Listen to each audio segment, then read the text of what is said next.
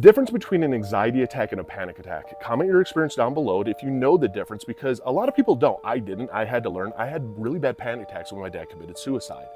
And this is how I learned the difference. So I was diagnosed with general anxiety disorder. The big difference between anxiety and panic attacks: anxiety is a thought process. It's a buildup of intrusive thoughts that start to build and gain momentum. You become hyper-focused on it, bust out into a panic attack.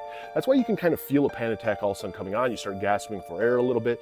You start to go into a actual anxiety attack. Now, when it comes to a panic attack, it hits out of the blue. And if you've ever had a panic attack before, it's so much pressure and pain in your chest. You feel like you're having a heart attack. A lot of times it is sometimes confused for a heart attack. And they're caused usually by massive underlying stressors.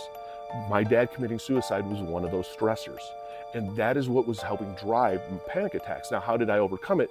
No, there are such things as like panic disorders and different disorders out there where it's a different struggle. But in a lot of cases, like with mine, healing and really working on that trauma, working on everything that I was struggling with mentally, helped subside a lot of that. When it comes to panic attacks, these massive underlying stressors can be getting fired from your job, divorce, losing a loved one.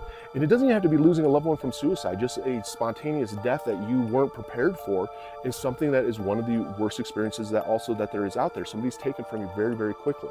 And that is the big differences between an anxiety attack and panic attack.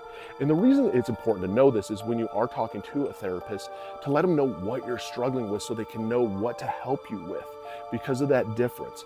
And it's really key to kind of understand what you're going through, and it helps just putting a name to it, own it a little bit better.